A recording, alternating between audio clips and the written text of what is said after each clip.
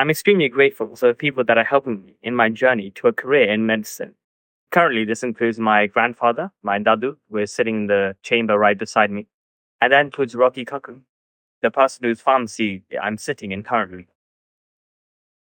This is currently one of the three main chambers that my grandfather still practices at. The chamber is what a GP is called here in India.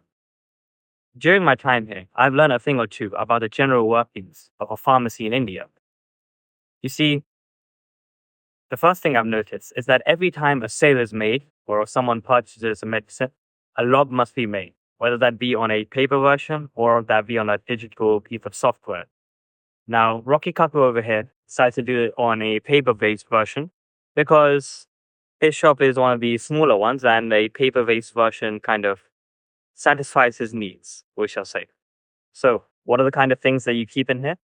It's the customer's name, phone number, the product they're buying, and possibly even their home address. While I've also noticed that some other pharmacies, like some bigger ones, they opt to use a kind of software. So what that software allows them to do is, while they're making a log of who buys which medicine, who's going through the phone number, that's all kind of like in an Excel-based spreadsheet type way, log with the date and time of selling. There's also an option for them to manage their stock. So obviously, when an outgoing log is made of one certain medicine, say a cough syrup, it will deduct one from their like total stock number of cough syrup for that brand. So that just makes managing the life of a pharmacist so much easier. But everyone has their own ways of doing things, and I've seen both. Secondly, I've also noticed that it's kind of essential for brands to market their medicine heavily. So take a situation like this, for example. We have my grandfather in the chamber beside me, and you have the pharmacist, Rocky Kagu, sitting here. How and who does a medical representative need to market the brand to? Both the general practitioner and the pharmacist, of course, because the general practitioner needs to be able to write it in their prescriptions, and the pharmacist needs to be able to be motivated to either stock more of those medicines or give out some free samples of those. Hence, I've seen free samples be given to both the general practitioner and the pharmacist, the stock and the drugs. So, say the selling of a special cough syrup with a special orange flavor is doing really well, then maybe the pharmacist is motivated to maybe stock more of that. I've also noticed that in a pharmacy, there's usually two main ways that medicines are organized. As you can see behind me on these shelves, you can see that medicines are kind of grouped together in a bunch. And that's because they're performing a similar function, we'll say. So maybe all the cough syrups are together. Maybe all the multivitamin extracts are together. Maybe the skin lotions in one place. So they'd all occupy one shelf or two shelves even. One thing I've noticed is that there are at least 100 different types of or variations of cough syrup brands here in India. Especially the MR medical representatives who come to market them. I think I've seen endless. Different flavors, different dosages, different forms of application. So injection, liquid, oral, spray, everything. The second way of organizing medicines, as you'll see behind me, is the drawers, which are labeled alphabetically. So they often include medicines that don't have an outer packaging.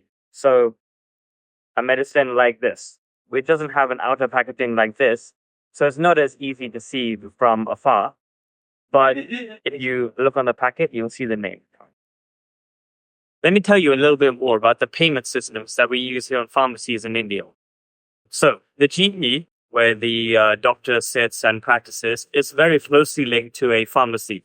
Sometimes the place where the doctor sits is not exactly inside the pharmacy shop or right next to it. Maybe the pharmacy is across the road from the chamber. So what happens then? Essentially, the system is when a patient comes to a GP, they have to first go to the pharmacy, request a kind of a little slip. That slip will have their name on it and a queue number. So say there are 5 other patients in front of them that have came before them and already applied to go see the doctor, then their number would say on the slip 6. Okay. Now, what they have to do then is they have to pay 200 rupees in fees to the pharmacy, plus 50 rupees, which is the pharmacy's charge. Now, I'll explain what each of these mean. So 200 rupees is purely the doctor's fees for seeing the patient straight up. Sometimes the doctor can waive these fees, if the patient is a well-known person, a close friend, or maybe they're experiencing some financial trouble that the doctor knows about and is aware about. So the doctor can choose to write an X on their slip or their prescription, and the pharmacy will give back the 200 rupees. But the doctor has no say about whether the pharmacy will issue medicines for free or give them a sample or give them a discount. That's up to the pharmacy. All the doctor can say is either to take my 200 rupee fees or not. Now, what about the 50 rupees that the pharmacy takes when the patient gets a slip? That 50 rupees is kind of to make sure that the patient stays at that pharmacy and doesn't either run away after showing the doctor their needs and getting a prescription, or it's also so that the patient buys the medicine that's written on the prescription from the same pharmacy. And the way this works is, if the patient doesn't choose to get the medicines from this pharmacy, then their 50 rupees will stay with the pharmacy, obviously, and they won't get that back. But if the patient chooses to get the medicines from the pharmacy, then that 50 rupees will be waived. So say the cough syrup price is 150 rupees.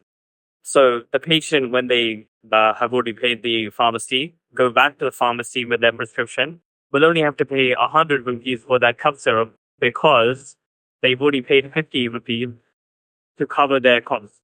And that 50 rupees is kind of like a kind of like a hook that the pharmacist uses. So if the patient decides to go to a different pharmacy to get the medicines, then they kind of get at a loss for the 50 rupees. But if they kind of buy the medicine from the same pharmacy, that 50 rupees will be subsidized or equalized with the price of the medicine that they're buying.